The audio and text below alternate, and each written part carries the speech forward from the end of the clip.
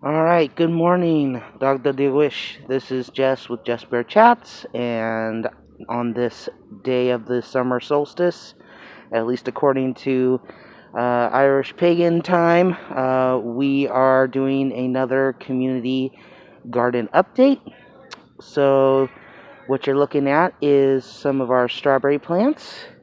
So, we are doing our best to keep them basically from propagating more strawberry plants in order to encourage them to try and make some more actual berries. But so far, most things seem to be looking good.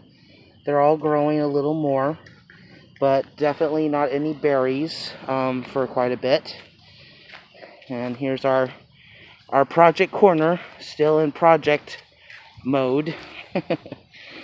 So over here in this corner, the grapevine that we got, if we don't do it today, we're probably going to do it tomorrow. We're probably going to try and dig a hole underneath where it's currently sitting so it can take root in the actual ground.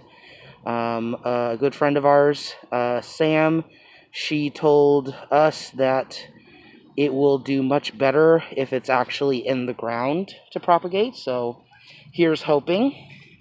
Here's a couple of our smaller plants, mostly carrots.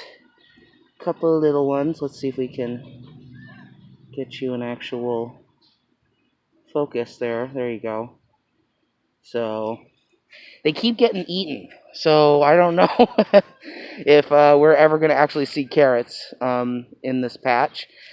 So I don't know if we saw this last time, but Jordan had taken the great big squash plant, the spaghetti squash plant, and has moved it so it's now going up the fence over here, trying to take up a little less room. Let's see what we got here. We got one new flower that's going. We've been seeing a lot of flowers, not a lot of fruit yet. So I am new to this, so I don't know how long it takes exactly for them to start turning into actual squash plants. So we'll see. All right, and then over here we have our very thriving tomato plant. These are the heirlooms, so they should be, let me take a look here. There are a couple of flowers here and there. Alright, so hopefully we'll start seeing some flowers soon. Oh, my goodness. Okay, so over here, I think, yeah, that's the zucchini plant. We planted that like a week or so ago, and now that's taking over that bed too. So we're definitely running out of space for all of the vine plants that we decided to grow this time. So we'll see. We're definitely going to need to be getting some more trellises and stuff soon. All right, over here, this is our more of our flowers. But Jordan said he think these are maybe pepper plants. He might be right. I don't know how they got in here. Miracles of nature, I suppose. All right, so over here, yes, more vine plants. This is our pumpkin plant, which, as you can see, is gigantic and is growing upward. I wasn't expecting that.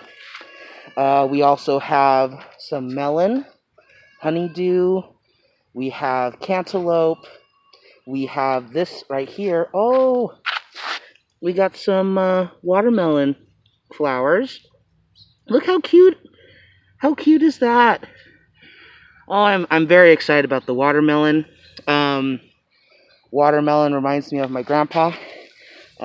He passed away at the beginning of this month. And one of the things he did with us in the summer when we were kids, he'd buy these gigantic watermelons. He'd slice huge portions of them and just like slap them on this really flimsy paper plate. And basically we had to eat them as fast as we could in order to, before the paper plate completely failed. But it was, so just a good memory I share. So I'm excited to see and enjoy watermelons from our own garden. All right, so up here used to be the bean bushes. We pulled them out because they just weren't thriving.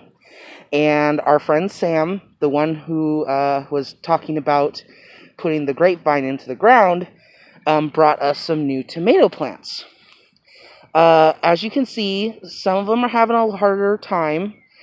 It's my experience now with transplants is that this is kind of not a usual thing. They kind of wilt a little bit from the shock of moving into a new place.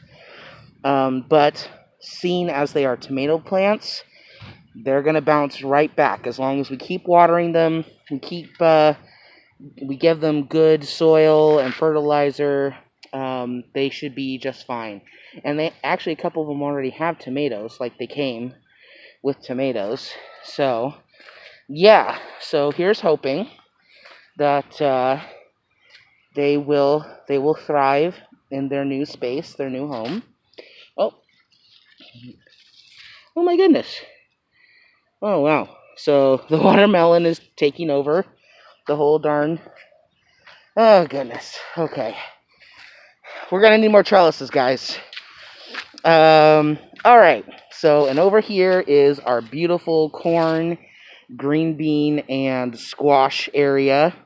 As you can see, the lower level. This was the where the corn was planted first. So they're the biggest, and they are gorgeous. I am so excited. I'm so happy with how they're doing. They are, I don't know. It makes me so excited to see them doing so well. And as you can see back here, the squash are clearly doing their part.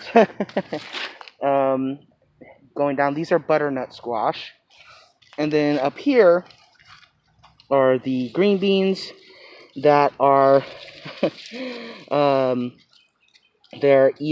trying to trellis them on these bits of stick, but they're being a little bit petulant with us. So let me see, like over here's a good example of them actually trying to go up the stick that we gave them. So the initial plan was to have the green beans go up the corn stalk as it grew. What we found out, and I think I talked about this in other videos, is that the corn needs to be planted about a week or so before the green beans because they grow a little slower than the green beans do. So, yeah, they just didn't have time to catch up. So the green beans were taken off.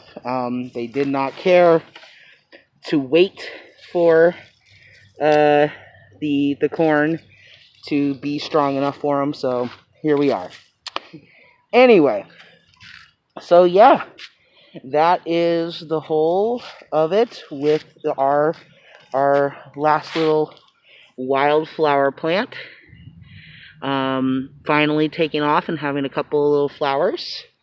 And this little fella, 3 purple flowers. We have no idea what kind of plant this is. I believe this was planted by our last apartment manager. And it continually flowers. The flowers pop up, they die, and then there's more of them. So, I love it. It's, whatever it is, it's a really resilient and beautiful little flower plant. So, yeah, I think that's it. In case any of you all miss the big oak, here it is. It has been a very active little spot for squirrel TV lately.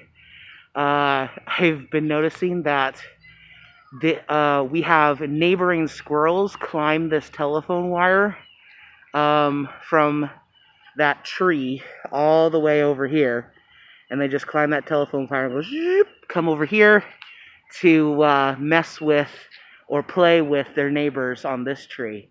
So it's amazing. I get a wonderful little view of it from my apartment, and I just it's a great way to start the morning, that's for sure. So anyway, hitting the 11-minute mark, so I think that's plenty of time to talk about the garden, and I hope that if you celebrate the solstice, you are able to enjoy the most potent time of the sun, and that you are able to appreciate all the things that the sun has given us so far this year. This garden, for instance, and yeah, and recognize that its power is waning, and what do we do with the power we have right now. So thanks, John, from the Irish Pagan School, to put that in my thoughts as I take this video. Anyway, so I think that's it for now. Until we meet again, may you stay safe, well, and well fed.